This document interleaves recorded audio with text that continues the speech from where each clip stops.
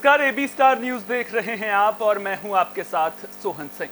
वक्त हो चला है उत्तराखंड की खबरों के खास बुलेटिन हमारी देवभूमि का, जिसमें सबसे पहले बात करेंगे पूर्व मुख्यमंत्री भगत सिंह कोश्यारी की राज्यपाल के साथ हुई मुलाकात की। तो उत्तराखंड के पूर्व मुख्यमंत्री और महाराष्ट्र के पूर्व राज्यपाल भगत सिंह कोश्यारी ने राज्यपाल retired lieutenant general Gurmeet Singh से मुलाकात की। दोनों नेताओं के बीच देहरादून में राजभवन में यह मुलाकात हुई। इस शिष्टाचार मुलाकात के दौरान दोनों नेताओं के बीच उत्तराखंड से जुड़े कई अहम मुद्दों पर चर्चा हुई है।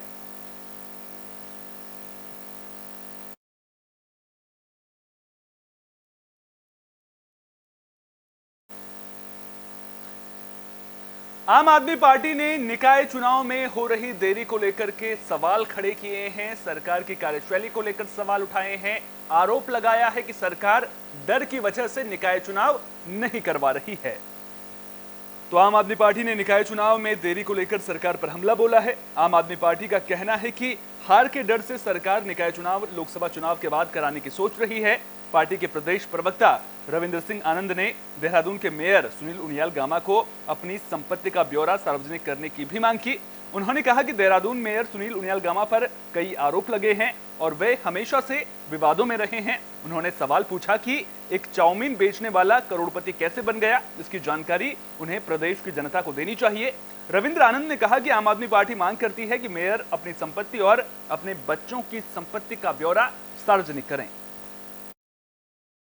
ये सुनील उनियाल गामा जी जो आय से अधिक संपत्ति होने के मामले में घिरे रहे, एक प्रमुख एडवोकेट द्वारा उन पर आरटीआई लगाई गई, हमारे द्वारा कई प्रदर्शन किए गए।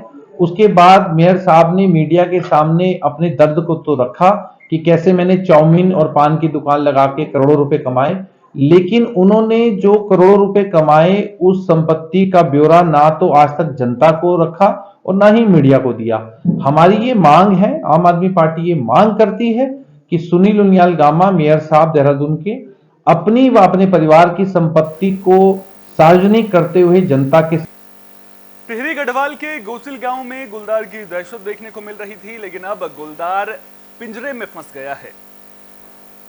तो टिहरी गढ़वाल की गोसिल गांव में दहशत फैलाने वाले गुलदार को पकड़ लिया गया है। बता दें कि कुछ दिन पहले एक छोटे बच्चे पर गुलदार ने हमला किया था, जिसके बाद ग्रामीणों में दहशत का माहौल बना हुआ था। सूचना मिलने पर वन विभाग ने गांव में पिंजरा लगाया था, जिसमें गुलदार कैद हो गया है। वहीं दूसरी ओर गुलदार को देखने के लिए ग्रामीणों की भीड़ उमड़ पड़ी। बता दें कि क्षेत्र में लगातार गुलदार के हमले की घटनाएं सामने आ रही हैं।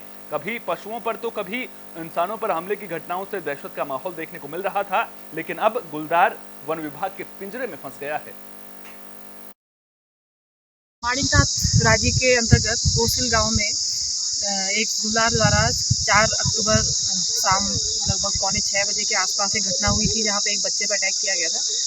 उस दिन 5 तारीख से हमें जो है पिंजरा लगाने की परमिशन जैसे ही मिली, हमने 5 तारीख को ही अपने यहाँ पे पिंजरा लगा दिया था और मौके की स्थिति को और गंभीरता को समझते हुए हमने दो पिंजरे लगाए थे।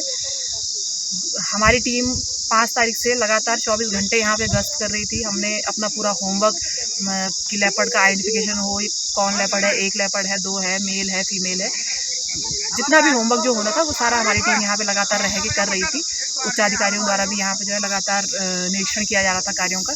तो आज उसकी हमें सफलता मिली है। आज 18 तारीख सुबह लगभग 5 बजे के आसपास जो है गुलदार पिंजरे में आया है, जो कि एक काफ़ी बड़ी सफलता है हमारी टीम के लिए भी, और इसमें हमें हर तरह का सहयोग जो है जनता से भी मिला। माणिकनाथ राजी के अंतर्गत देहरादून में नगर निगम ने 998 कर्मचारियों की नियुक्ति की जांच शुरू कर दी है। आपको बता दें कि इन कर्मचारियों की नियुक्ति स्वच्छता समितियों के जरिए हुई थी और ये कर्मचारी निगम के वार्डों में काम कर रहे हैं।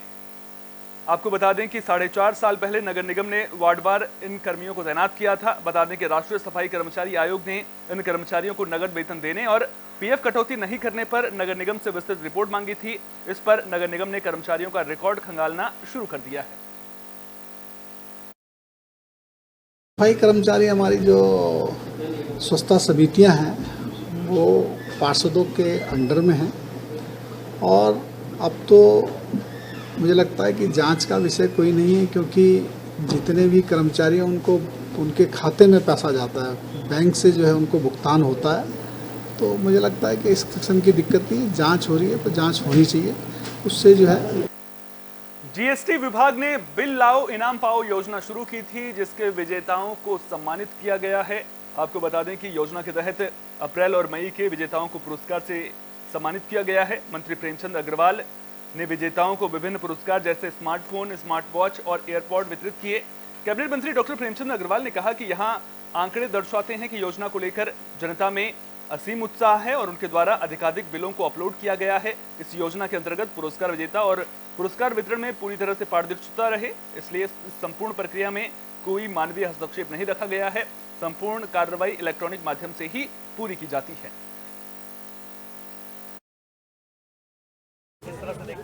देखिए, जिस प्रकार से माननीय धामी जी के नेतृत्व में, उनके मार्गदर्शन में बिल लाओ इनाम पाओ स्कीम हमने लॉन्च की थी और जिस प्रकार से हमें उपभोक्ताओं से बहुत अच्छा रिस्पांस मिल रहा है और मैं कह सकता हूं कि पूरे उत्तराखंड में इसके लिए, चाहे वो पहाड़ का एरिया हो या प्लेन का एरिया हो, सभी उपभोक्ता इसके लिए बहुत जागरूक भी हैं और बिल अपलोड कर रहे हैं।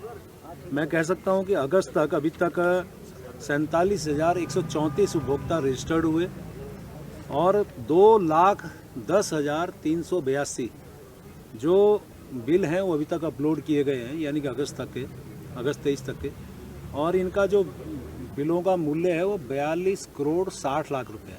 तो ये उनकी उपभोक्ता की जागरूकता दर्शाती है। हमारे विभाग की मेहनत इसमें छिपी है और जिस प्रकार से लगातार हम लोग प्रयास कर रहे हैं कि हमारा राजस्व बढ़े, लोगों को जो एक मन में भाव रहता है कि जो भी उपभोक्ता कहीं से कोई सामान खरीदे तो वो बिल जरूर ले, ये उसका हेतु है।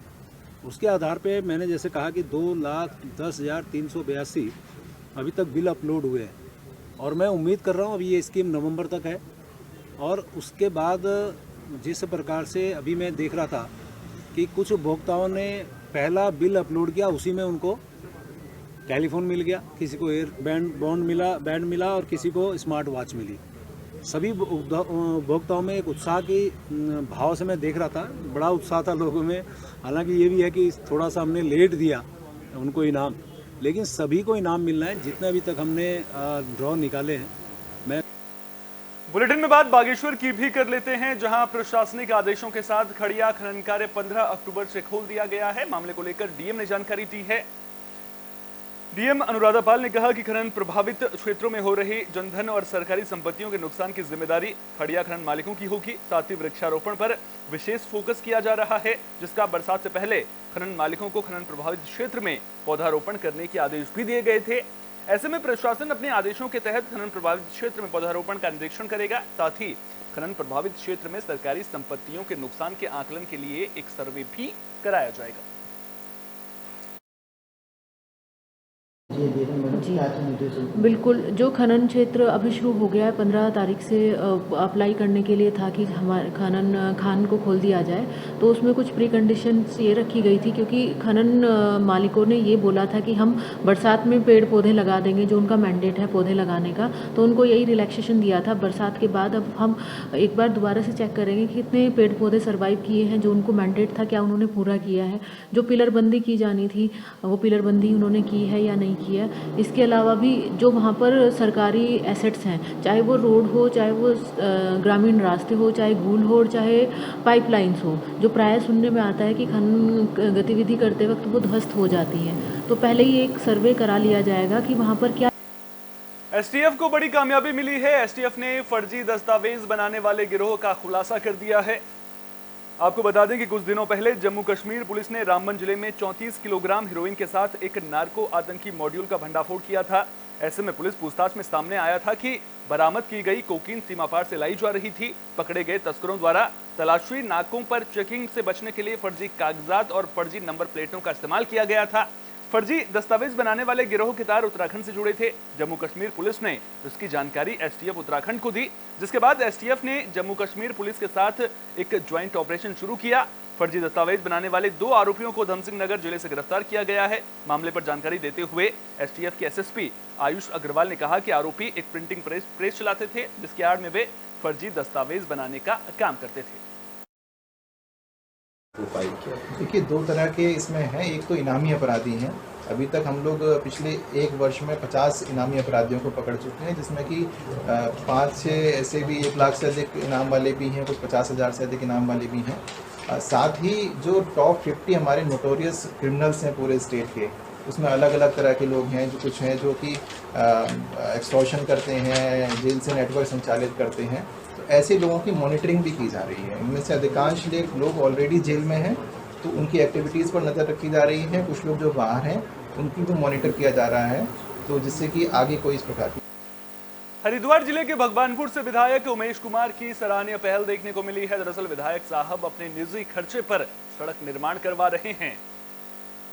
तो ज्वालापुर विधानसभा के खेड़ी सिगोहपुर गांव में मुख्य सड़क का अपने निजी खर्चे पर निर्माण शुरू करवा रहे हैं, जिसके लिए सैकड़ों लोगों ने ढेल, नगाड़ों और नारों के साथ विधायक का स्वागत किया। इस दौरान विधायक उमेश कुमार ने प्रदेश की सरकार, बीजेपी और साथ ही कांग्रेस को भी आड़े हाथों लिया। उन्होंने कहा कि स्थानीय सांसद ने इस गांव में कुछ किया होता तो 30 सालों से ये सड़क टूटी हुई नहीं पड़ी होती। जनता की समस्याओं का समाधान प्राथमिकता के आधार पर किया जाना चाहिए। लोगों को हकीकत तो जानना जरूरी है, जिसका जवाब जनता वोट के जरिए देगी। करने पहुंचे कल कुआखेड़ा में बाईपास का आपने सौगात दिया, आज आप यहाँ पर पहुंचे हैं, क्या कहना चाहेंगे? देखिए, मेरा कहना है कि 1.5 साल तक लगातार मैं अपने कार्यों में लगा था और किसी भी घर को बनाने से पहले उसकी बुनियाद रखनी पड़ती है, तो मैं उस बुनियाद की तैयारी कर रहा था। उस बुनियाद के बाद कल हमने एक 8.5 करोड़ रुपए की लागत से बाईपास दिया, जो अपने में एक बड़ा अनमोल मोती है, जो खादर और लक्सर के विकास में एक अहम भूमिका निभाएगा। कुछ दिन पहले, लगभग 7 महीना पहले हम लोग यहाँ आए थे एक दिन शाम को घूमने के लिए कि भाई चलो देख के आते हैं। उसके बाद फिर ये हुआ कि जिस दिन गांव में चलेंगे उस दिन कार्यक्रम के हिसाब से, तो जब मैं दोबारा आया तो इस सड़क पे मुझे ऐसा लग रहा था कि जैसे सन 1947 से पहले की किसी सड़क पर चल रहे हों, और ये था कि ये सड़क ख़त्म कब होगी, इसमें इतने झटके थे। अल्मोड़ा जिले के जागेश्वर धाम में श्रावणी मेले की धूम देखने को मिल रही है। आपको बता दें कि बड़ी दूर दूर से श्रद्धालु इस मेले में शिरकत करने के लिए पहुंच रहे हैं। तो श्रावणी मेले का आगाज यहां पर हो गया है। साथ ही विवेकानंद कृषि अनुसंधान संस्थान द्वारा किसान मेले का आयोजन भी यहां पर किया गया है, जिसमें राज्य भर के पर्वतीय क्षेत्रों के किसानों ने शिरकत की है। मेले का शुभारंभ सांसद अजय टमटा ने किया। इस दौरान सांसद अजय टमटा ने कहा कि वैज्ञानिक उन्नत बीजों को विकसित कर रहे हैं, जिसके बाद उत्पादन बढ़ेगा। मोटे अनाजों को बढ़ावा देने के लिए केंद्र की सरकार लगातार कोशिश कर रही है। विवेकानंद कृषि अनुसंधान केंद्र के माध्यम से ये 47वां कृषि विज्ञान मेला आज अल्मोड़ा में हो रहा है, जिसमें उन्नत किसान जो पूरे प्रदेश भर के हैं और जो रबी फसलों पे काम कर रहे हैं, ऐसे अल्मोड़ा, बागेश्वर, पिथौरागढ़, चंपावत के साथ साथ नैनीताल और हमारे पर्वतीय क्षेत्र के गढ़वाल के कुछ राज्यों के भी किसान यहाँ आए हैं। ये किसान मेला अपने आप में श्री अन्न अपनाए, पोषण सुरक्षा बढ़ाए, ऐसा ये महत्वपूर्ण कार्यक्रम मिशन मोड में करने का विजन हमारे डायरेक्टर निदेशक महोदय जी ने लिया है।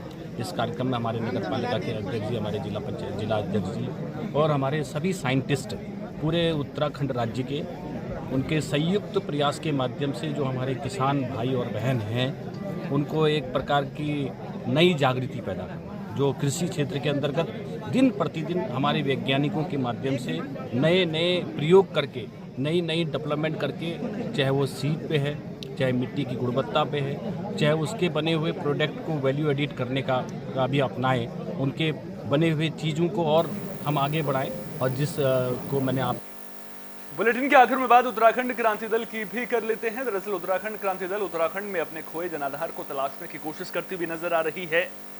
इसी कड़ी में हरिद्वार में कई युवा और महिला कार्यकर्ताओं को पार्टी से जोड़ने का काम किया गया है। 2024 लोकसभा चुनाव में उत्तराखंड क्रांति दल उत्तराखंड की 5 सीटों पर जीत का दावा कर रही है।